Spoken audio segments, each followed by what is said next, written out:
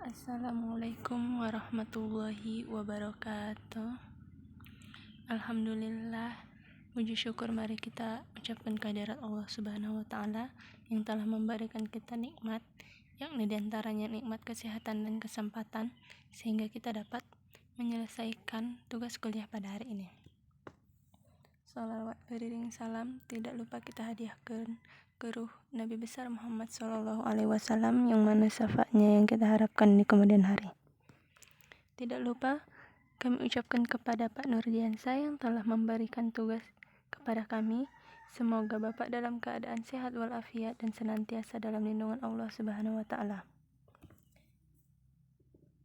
Oke, saya akan memperkenalkan diri saya terlebih dahulu. Nama saya Mawaddah Nur Fadilah Siregar dari Fakultas Tarbiyah dan Keguruan Prodi Tadris IPS. NIM 12014264447. Saya berasal dari Universitas Islam Negeri Sultan Syarif Qasim Riau. Mata kuliah dari pembelajaran saya ini yaitu Landasan Pendidikan IPS. Dosen pengampu Pak Nurdiansyah MPD.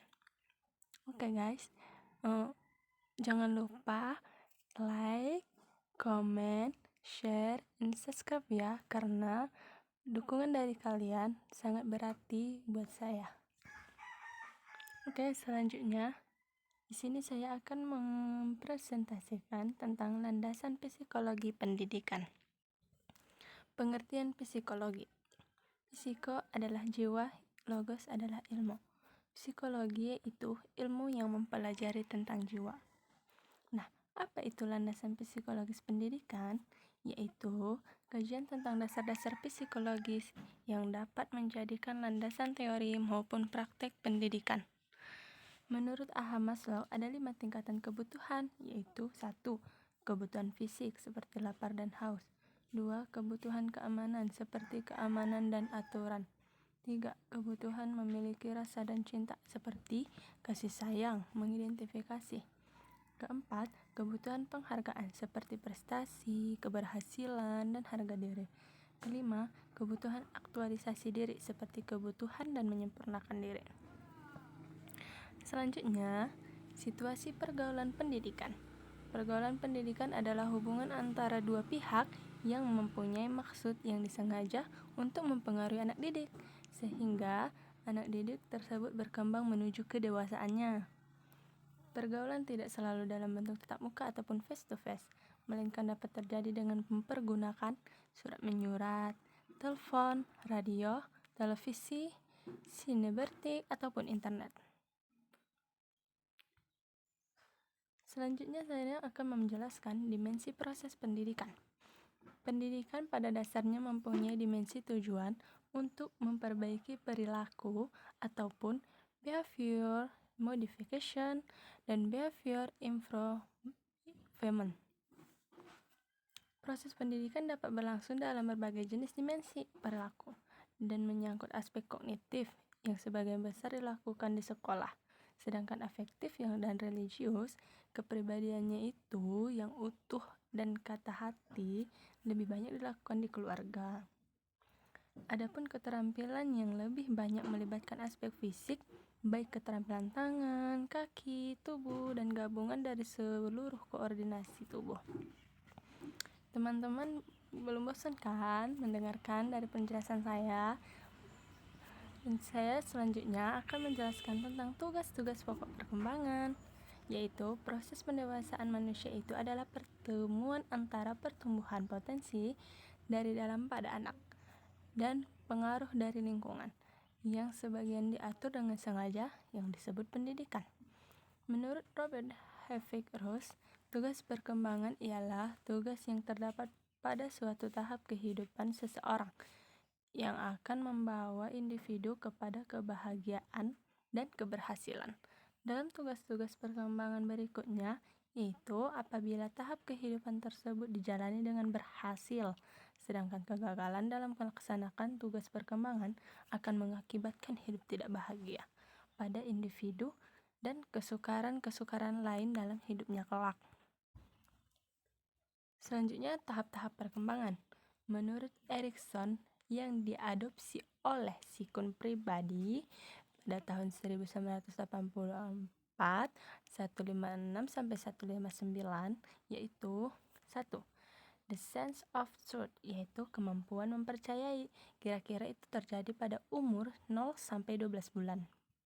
Kedua, the sense of autonomy, yaitu kemampuan berdiri sendiri, dan ini terjadi umur 1,5 tahun hingga 3 tahun. Dan yang ketiga, the sense of initiative, yaitu kemampuan berprasangka. Kira-kira umur 3,5 tahun sampai 5,5 tahun. Yang keempat, the sense of accomplishment, yaitu kemampuan menyelesaikan tugas, dan ini terjadi umur 6 sampai 12 tahun. Jadi ini berkisaran dari kelas 1 sampai kelas 6 SD ya. Kelima, the sense of identity, kemampuan meyakini identitasnya. Kira-kira umur 12 sampai 18 tahun. Dan ini biasa menurut umur terjadi dari kelas 1 SMP sampai kelas 3 SMA. Dan keenam, tahap kedewasaan. Ada 3 tahap, yaitu intimacy atau keakraban, generativity, kemampuan mengurus ataupun mengurus diri, dan ketiga, integrity, yaitu integritas kepribadian. Dan untuk selanjutnya, pemahaman terhadap perkembangan pribadi anak. Secara umum, perkembangan kehidupan anak dapat dibagi ke dalam periodisasi sebagai berikut. A. Anak bayi ataupun 0 sampai 1 tahun. Periode ini mempunyai makna mempertahankan hidupnya. Dan ke B, periode kanak-kanak terjadi pada 3 sampai 5 tahun, yaitu usia prasekolah sebagai periode peralihan dari masa bayi ke usia anak sekolah ataupun dari menuju sekolah TK. C. Anak sekolah dari 6 tahun sampai 12 tahun. Nah, periode ini sebagian besar waktu dipergunakan untuk mengembangkan pengetahuan intelektualnya. Dan ke D, masa remaja 12 sampai 18 tahun. Pada periode ini, anak mempunyai minat terhadap hal-hal kemasyarakatan dan senang dalam ikatan organisasi. Jadi di sini kita harus memberikan nilai-nilai positif kepada anak usia 12 sampai 18 tahun. Untuk selanjutnya yaitu teori-teori belajar dalam pendidikan. Teori belajar kognitif atau kognitivisme, yaitu proses belajar pada manusia melibatkan proses pengenalan yang bersifat kognitif. 2.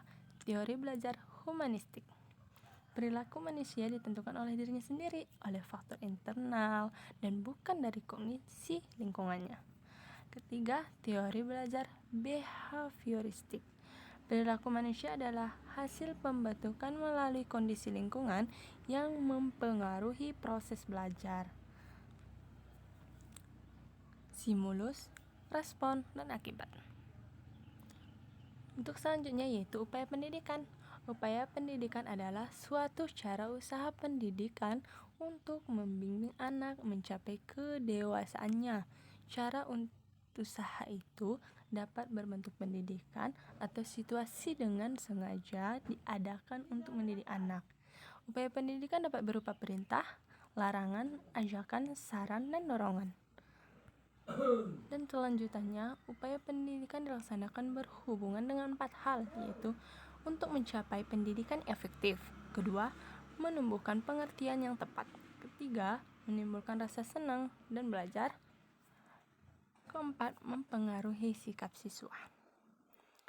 Demikian presentasi yang dapat saya sampaikan. Terima kasih. Jangan lupa like, comment, share, and subscribe karena dukungan kalian adalah sebagai pendorong bagi saya. Wabillahi taufiq wal hidayah. Wassalamualaikum warahmatullahi wabarakatuh.